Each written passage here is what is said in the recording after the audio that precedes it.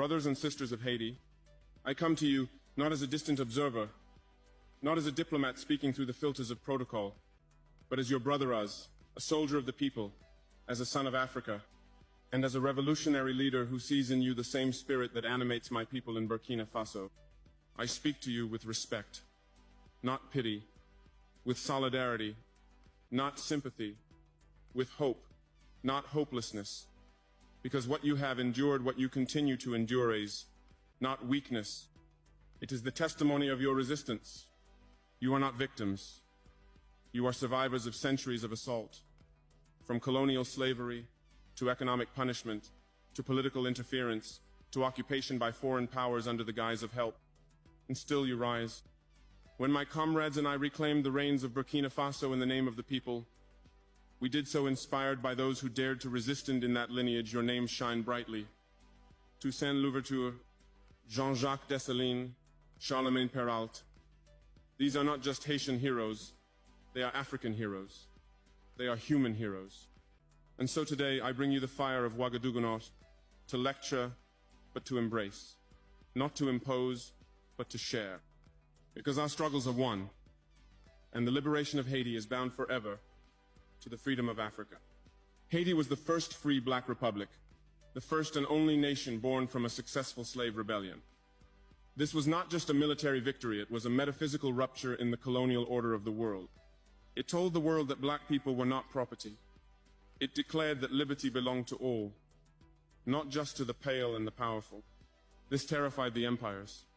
France, Spain, Britain, they all moved to strangle you. And later, the United States, a country founded on liberty, refused to recognize your independence for decades. Why? Because your victory threatened the global structure of white supremacy. In Burkina Faso, formerly called Upper Volta, our people too were shackled. French colonialism sucked our resources, denied us education, conscripted our men to fight in wars that were not theirs, and left our infrastructure barren. But in 1983, Thomas Sankara, young captain, a visionary, a revolutionary, seized the moment. In 4 short years, he redefined what it meant to be free. He changed our name to Burkina Faso, the land of upright people. He vaccinated millions, planted millions of trees, gave land to the peasants, and told the IMF and World Bank that we would not pay for our own oppression. But like Dessalines, Sankara was betrayed, assassinated. And like Haiti, we descended into decades of neo-colonial puppetry. This is our shared pattern. When we dare to stand, the world moves to break us. Let us speak plainly. Neo-colonialism wears suits and sits in boardrooms. It signs contracts, not just chains. It imposes debt, not just whips. But its result is the same. The theft of your labor, the sabotage of your dignity, the erosion of your sovereignty. The International Monetary Fund and the World Bank came to Haiti with the language of development. But what did they bring? Structural adjustment programs that gutted your public sector, slashed education and healthcare budgets, and forced your government to privatize essential services. Agriculture was destroyed by cheap, imported American rice.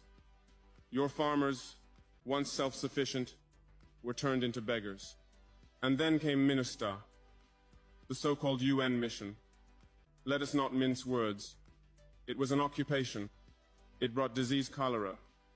Introduced by UN troops, and it brought shame, abuses, exploitation, and violations of your people. And what justice have you seen? In Burkina Faso, we too were burdened with odious debt. Our gold was taken by Canadian and French multinationals.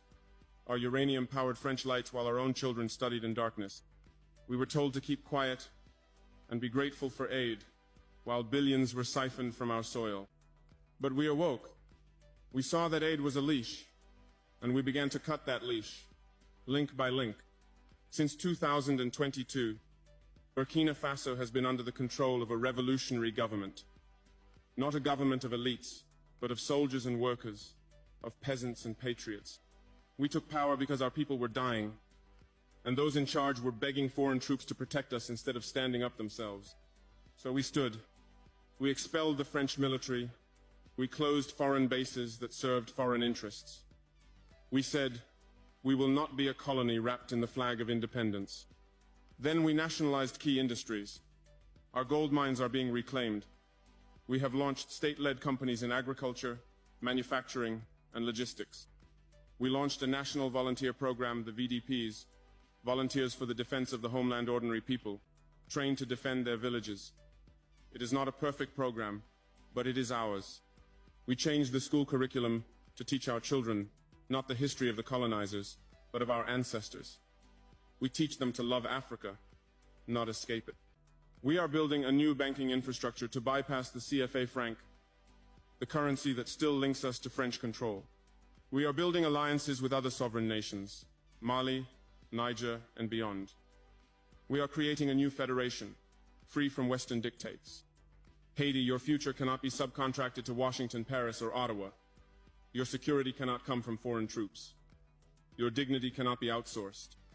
The so-called Kenya-led intervention being organized now is not for your protection. It is for your control.